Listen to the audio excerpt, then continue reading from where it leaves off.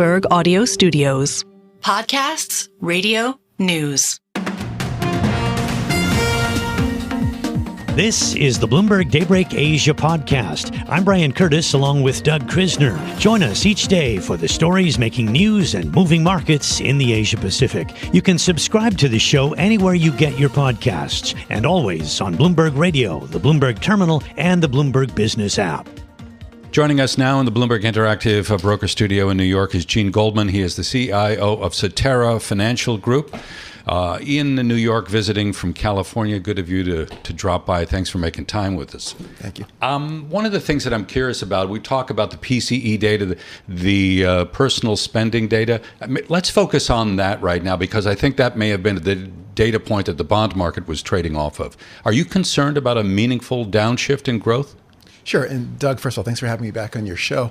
I think PCE, that data report that came out Friday, was a paradigm shift in terms of what the Fed is thinking in terms of our economy. First of all, with the Fed, the PCE deflator came in as expected. Basically, rate hikes are off the table. That lets the Fed do nothing. Basically, it suggests that inflation is not as bad as people had anticipated earlier in the year. But the other part of the story is that the Fed needs to pay more attention to is the slowdown in economic growth. Personal consumption below expectations, real spending negative. Combine this with first quarter GDP being revised lower. I think we have a growth problem. I think consumers are starting to weigh under the fact of higher rates, the Fed, lower savings, student loan repayments, credit card debt, delinquencies rising. All this together suggests to me that the Fed not only, I know their dual mandates to focus on inflation and to focus on make sure we all have jobs, but the other thing they need to focus on is the economic aspect, that the economy is slowing down pretty fast and pretty quickly. Well, they could focus on the second half of the mandate on jobs by starting to talk down rates, I suppose. Is that something we should expect now, that they'll go in that direction? Yeah, I think we'll see what happens on Friday's payroll report. We think Friday's payroll report will be lower than expected. We do think if you look at quit rates are falling, you look at jobless claims are increasing, you look at PMI employment indices are all starting to suggest there's weakness in the labor market. Average hourly earnings are starting to roll over. Take all this together. But Gene, these are sort of welcome changes, aren't they? I mean, they haven't crossed over into the danger zone. You're not saying that, are you? I think they're getting close to the danger zone. I mean, this is something we're watching very carefully. The consumer has kept us out of a recession for the past couple of years, but the consumer is slowing down pretty quickly, especially the lower income households.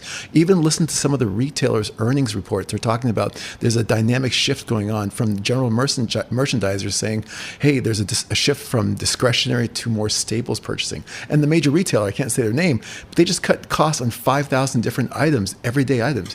There is a shift going on in terms of our consumer right now. So right now, the market is debating one rate cut, maybe none.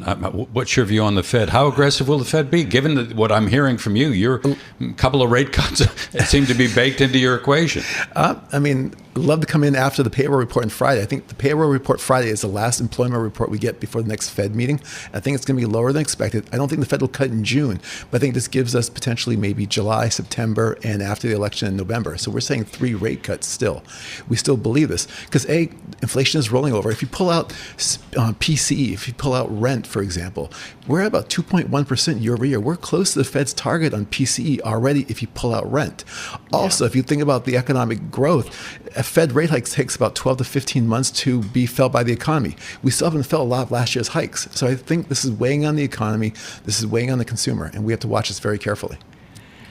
I'm always amazed by how these data can be interpreted in different ways. Let me walk you through 30 seconds of earnings revisions here, and you tell me what you think.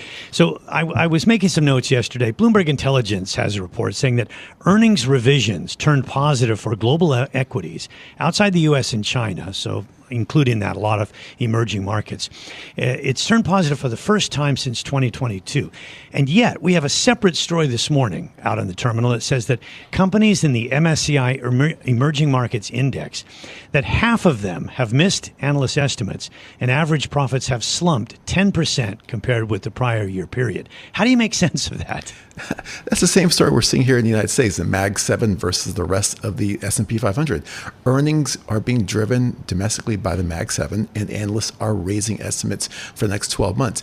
We worry that there's a lot of frothy valuations, a lot of frothiness put into some of these earnings numbers that need to be ratcheted down a little bit. So again, you add this with high valuations in the S&P, taken together, something we talked about earlier, we do think a pullback in the market is likely, like a short pullback like we saw in October of last year, a correction which provides opportunities for long-term investors. Where are you in terms of the way in which government policy has impacted the economy, whether it's the infrastructure bill, the Chips and Science Act? I was just in Arizona for a few days last week, and it was remarkable to see a couple of things. The enthusiasm around reshoring of semiconductor production and the establishment of a lot of, on a massive scale, new warehousing. Yeah, it's a great question. First of all, I'm independent. I'm not a Republican. I'm not a Democrat. So keep politics out of this. But I do believe that the current government administration has not gotten enough credit in terms of what has driven in terms of the bounce back in manufacturing. Remember, manufacturing has been in a recession for 18 straight months. It's starting to come back. Part of this is the CHIPS Act. Part of this is this reshoring. And something we talked about earlier, you look at imports from Mexico for the first time in 2 decades are now exceeding imports from China to the United States. I think the government today needs to get a little bit more credit. Again, I'm not putting politics in this, but we should get a little bit more credit in terms of some of the changes taking place. But Gene, does reshoring mean higher costs? And does that almost necessarily mean higher inflation pressures going forward? Yeah, definitely reshoring. It is a little bit more expensive on this, here in the same time, but the opportunity is that you have the opportunity to merge lower input costs, especially with commodities, especially with services. I know labor is a little bit more expensive, but a lot of the commodity costs, especially oil, down $76 a barrel.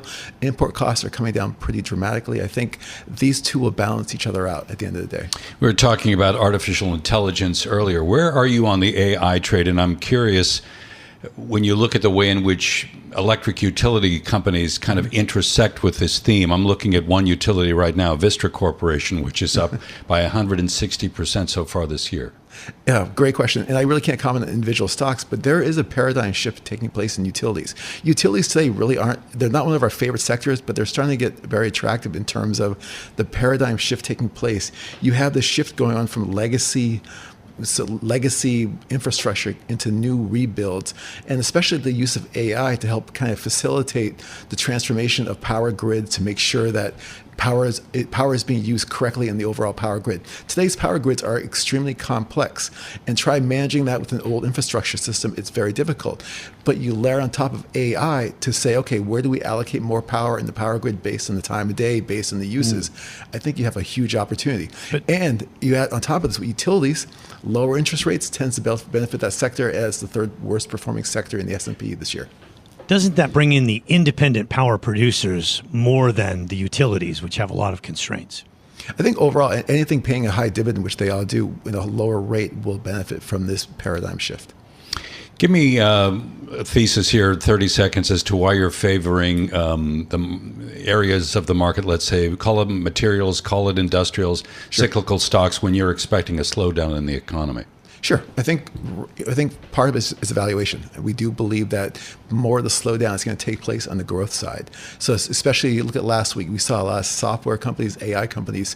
They said earnings came in above expectations, but the guidance was a little bit lower, and you have frothy valuations and frothy expectations. We do think the cheaper parts of the market, the more conservative, safer areas should do well. Industrials, financials, and safe growth like healthcare. We'll leave it there. Gene, thank you so much for stopping by. Gene Goldman there, CIO of Cetera Financial Group, joining us in the Bloomberg Interactive Broker Studio.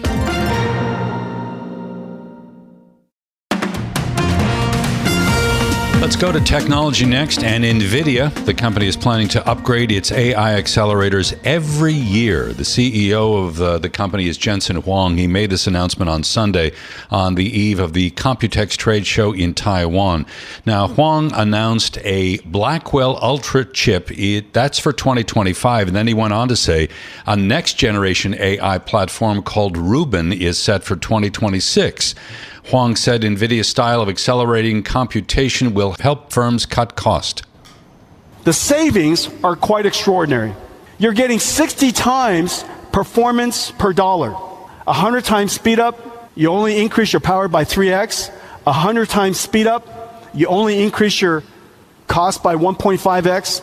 There's an enormous amount of captured loss that we can now regain, and that will translate into savings. Savings in money, savings in energy.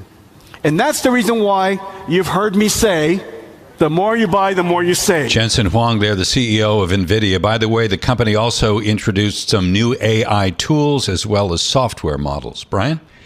Jane Lanhee Lee, Bloomberg Technology Reporter, joins us now from the Computex in Taipei to take a closer look here. So, Jane, the man's a good talker, and the man has a good product. It was quite a show last night. This took place in National Taiwan University's Sports Center. He's considered basically Taiwan's, tech rock star. He's been running around for a week. Local TV have been shooting him eating noodles, getting his hair cut, going to the night market. Yesterday, the one really interesting thing of the show was that he introduced the next generation chips, AI chip, which is going to be named Rubin. And this is a bit of a shocker, at least to a chip entrepreneur who was sitting next to me, who said he's never done that before. And some speculate that maybe it was because there wasn't any other new news to bring to the show. So that was something that Jensen Huang dangled for everybody to get excited about. Can we assume that the next generation of these AI chips, the processors, the accelerators that are used in these computer servers, are they going to be much more expensive? Does this company have just pricing power beyond belief? Oh, yeah, they are going to be much more expensive. In fact, when we look at the price between the previous chip, which was called an A100, and then we go to the H100, I mean, the price has quadrupled. The problem with semiconductors today is that as they improve and they move to the next generation, they use manufacturing technology that is increasingly difficult. The transistors, which are, the things that create the zeros and ones, on the chip, they're getting smaller and smaller and being measured in the size of numbers of atoms. And so the manufacturing cost is growing exponentially, and this is going to be a big challenge in the industry. So, we went from Hopper to the Blackwell, which hasn't even shipped, and now we're talking about Rubin coming in 2026. That's a lot of cost that companies have to depreciate very quickly if they're going to make these purchases. Are we getting any pushback from companies on that? I think companies are starting to talk about the problem, and consultants and analysts are saying, hey, at some point, AI models are going to have to make money for people. You can get, ChatGPT-4. My family just subscribed to it for, $19 a month. Play with this thing. It's at the level still of people playing with it. But the investments going in on the other side to train these models are, in the tens of hundreds of billions. And so at some point, the world is going to wake up and say, hey, this isn't making money yet. And then we might see the bubble burst. But for now, because there's such a shortage of these chips, I don't think anyone really dares say that too openly, because everybody is still in the mode. We're in FOMO. We need to get our Nvidia chips. We need to get our data centers. We need to get our models up and running. And so it's not super public, but underground there's an undercurrent of people starting to voice concern. Jane, I'm wondering about the openness of the concentration of semiconductor production in Taiwan. Is that an issue for people now as they look at the world, not just the tension between, let's say, the U.S., China, in where it relates to Taiwan, but everything we learned coming out of the pandemic, supply chains, the degree to which we are overly concentrated in certain areas. I mean, is that being openly discussed now, particularly when you look at the reshoring that some chip companies are involved in and moving production to the U.S. and elsewhere, like Japan?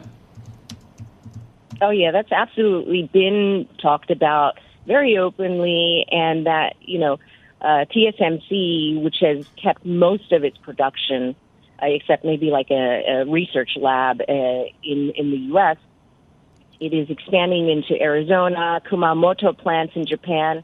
The first one is already built and will go into production later this year. Germany, Dresden, there will be a fab going there, or a chip factory. And so, yeah, this is definitely a concern. Governments have been pushing their companies to diversify the supply chain, and the companies have been pushing TSMC to diversify the supply chain. And that's what we're seeing now. Whether or not this diversification it will go smoothly is a big question, because TSMC is moving the part of the production overseas. But in reality, if you look at what's happening, the packaging, so the end part, the later part of the chip-making process is still all happening in Asia. That's not really happening in the U.S. Arizona, you're going to build a factory. Yeah. And then everybody is telling me those wafers, the round, shiny things, are going to have to get on a plane or a boat and come back to Asia to get packaged. So supply chain diversification, No, sorry. Just wanted to get to some of the heavyweights that are there, because we understand that Cristiano Anon from Qualcomm and Lisa Su they'll be speaking. I'm a little bit curious about the Chinese presence. Do you have SMIC there and Huawei? Do you have? No, absolutely not. Nothing. No. Yeah. The Chinese chip makers and equipment makers do not show up for Computex. It's still difficult for some Chinese people to travel directly to Taiwan today. One person I know had to fly to Macau to fly to Taiwan. Only Chinese these days who live outside of China are able to get a pass or a visa to come to Taiwan. So it's still quite strained. So are most of the companies, very quickly, Jane, that are being representative U.S.? Are they Japanese? Are they South Korean? How is it distributed? Oh, yeah.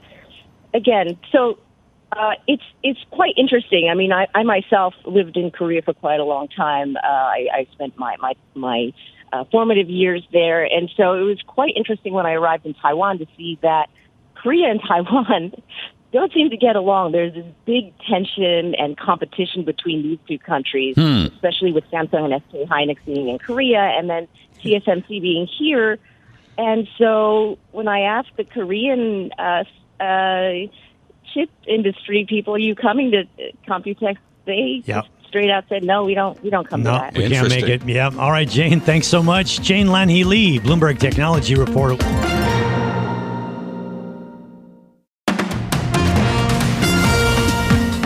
Joining us now is Jason Betz, president of Redwood Wealth Advisors and an advisor at Ameriprise Financial.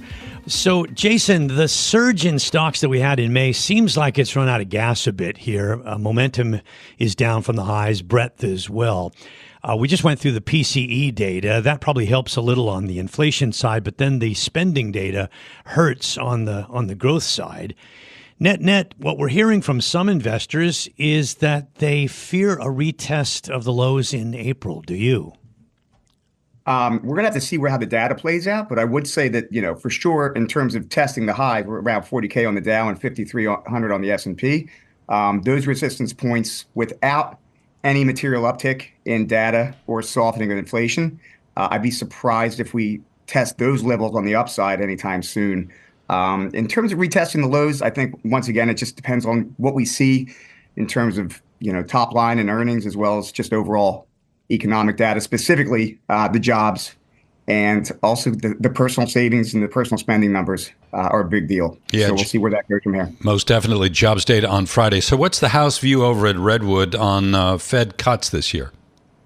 Yeah, so we believe somewhere between 0 to 2. I think the market for much of the beginning of the year was in this la-la land of expecting, 4 to 6 rate cuts.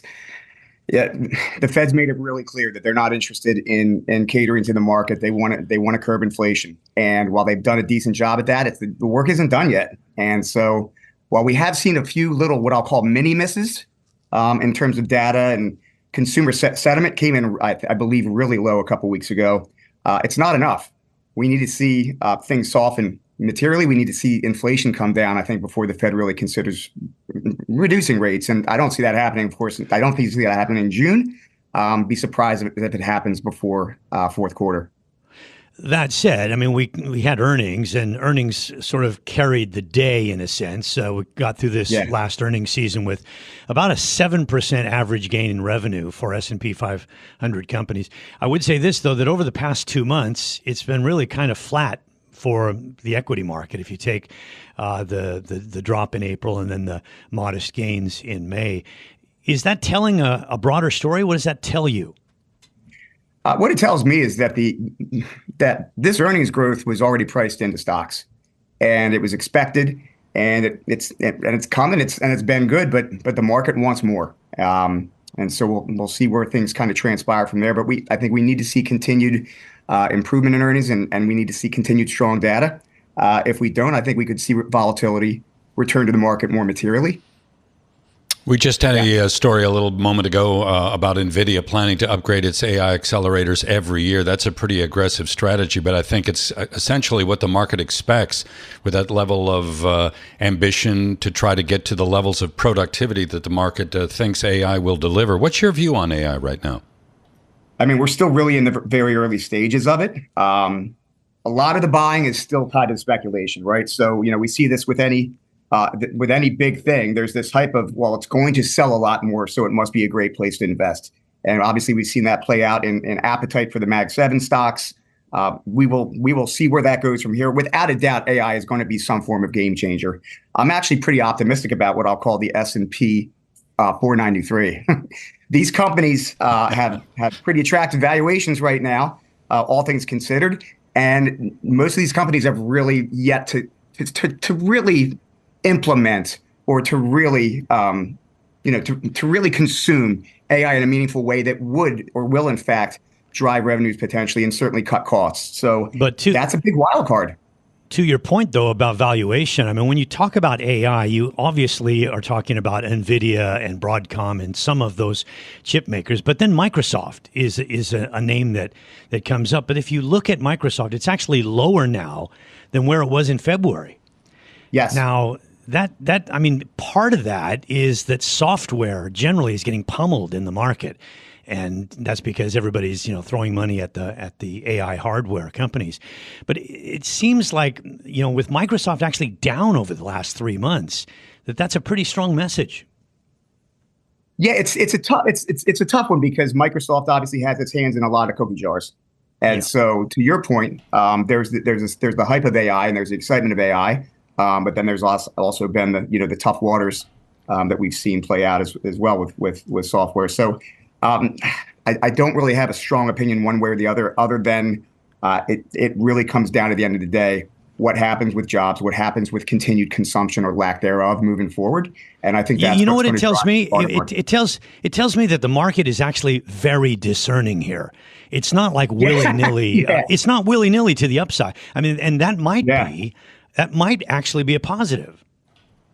Oh, I think it's definitely a positive when you put it in that perspective. I think we've seen a lot of probably excessive buying, some hype buying. And what we're seeing now is a market that's a little bit more sobered, to your point, a little bit more discerning, a little bit more patient to wait and see kind of how things play out.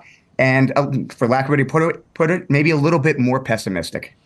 What do you see when you look offshore, foreign markets, particularly in Asia? Are there opportunities there that maybe are a little compelling? There are. We encourage our clients to be measured. We think international has a place in almost every portfolio, obviously from a diversification standpoint and a hedge on the U.S. dollar. But we do take a measured stance with that. Now, that said, with Asia, I'd say the two areas I like the most would be Japan and India. I'll start with India. Is coming off an incredible year, and it may be a bit toppy, but I do like India for the long term.